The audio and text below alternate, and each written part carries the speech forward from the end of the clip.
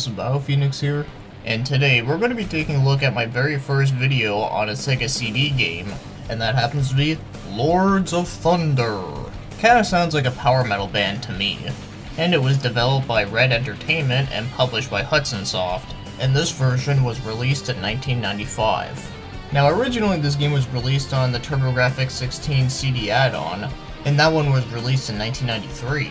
But I'm only focusing on the Sega CD version because this is the one that I actually got working. And the game is a side-scrolling shoot-'em-up. And the setting of the game is a mix between medieval and future because there's dragons and mechs, which is pretty interesting. But one last thing I should mention is that this is an unofficial follow-up to the game Gate of Thunder, which is a shoot-'em-up on the TurboGrafx. So anyways, let's talk about the story, and there's not a whole lot of story in this game, so let's make it short. So there is a knight named Drac who happens to seal away an evil demon called Dioric. Dioric? I have no fucking idea how to say it, but whatever. But then there's just some other guy who wants to resurrect Dioric, so he summons a bunch of generals trying to take over the land, and well, that's where you come in and have to go kick their asses, and that's literally about it. Honestly, who the fuck cares? So just like in all the other reviews that I've done on shoot-'em-ups, the story is not really the reason why you play these games, so let's get moving on because honestly there's just not much else to explain about it. So now as for the important part, the gameplay. So on the map screen you can choose 6 levels and do them in any order you wish, much like in a Mega Man game. And after you beat all 6, there is a 7th one and that happens to be the final one. So after selecting the stage you want to play, you can select your character, which are Wind, Water, Earth, and Fire. So they're pretty much the element knights, and all of them have different types of shots and different types of bombs. So after picking the character you want, there is a store where you can upgrade. So you can add more health, add more defense so you can avoid different attacks. You can buy magic, which allows your shots to be much stronger, and even extra bombs and some extra continues. So after that, now you get to play the game. So it's exactly what you would suspect from a horizontal shooter. You go around and you shoot the everlasting fuck out of things.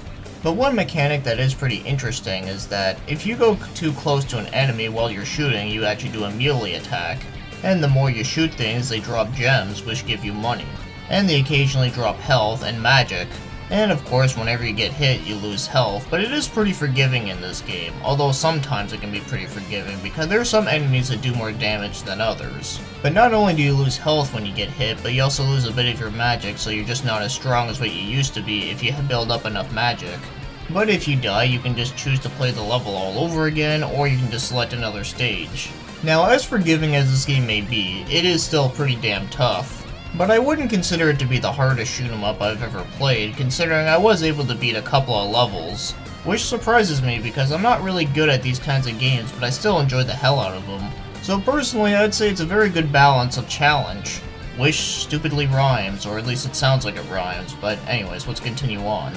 So I think everything else about the gameplay is very self-explanatory.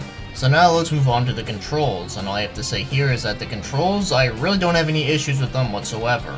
Flying around is very responsive, so no complaints there. Shooting and using bombs is also very easy and self-explanatory, so I really don't have anything bad to say about it at all. So I'll just say that the controls are pretty damn fantastic.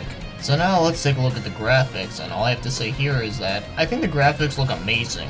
So as I said about the setting of the game, I really like it a lot. I think it's really unique, and I just think it's badass looking. But as for texture-wise, I think it's bright and colorful, and it's just very appealing looking. So I really like that a lot, and it uses a lot of parallax scrolling, which looks pretty awesome. So not only is there no complaints I can really see here, but I just love everything about it. Like the style, the colors, the designs, the effects, just pretty much just about everything. Now as for the game's music, oh man, I just fucking love the music in this game. It's definitely fantastic. So just like the name of this game, it's very heavy metal.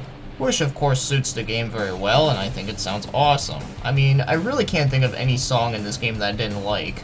And I don't know what it is, but I find that the way that the guitar sounds, it kind of reminds you of something that Judas Priest would have played, which is pretty damn epic. So no complaints whatsoever, and I just love it a whole lot. And I would most likely consider this to be one of my all-time favorite video game OSTs, which is definitely saying something.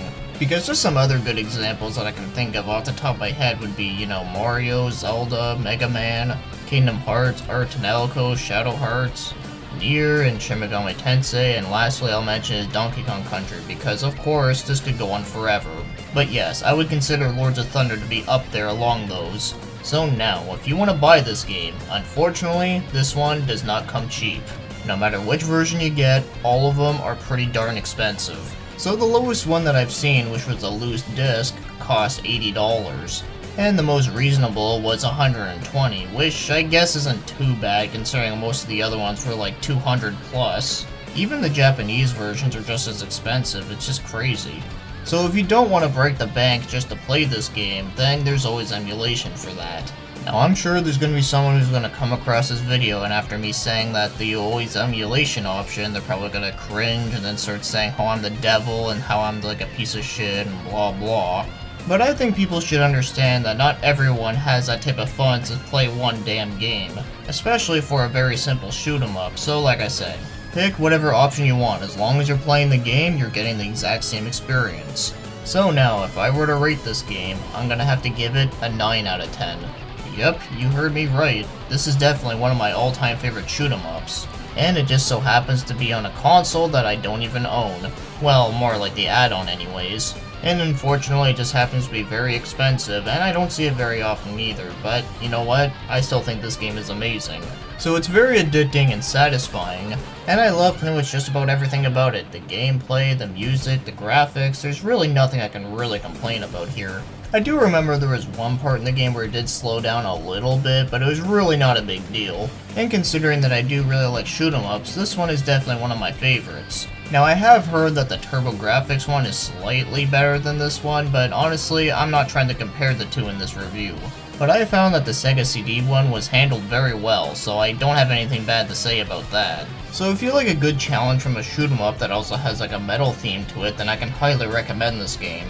So personally, I consider this game to be awesome sauce. So with that being said, that'll take us to the end of this review, so thanks for watching and commenting.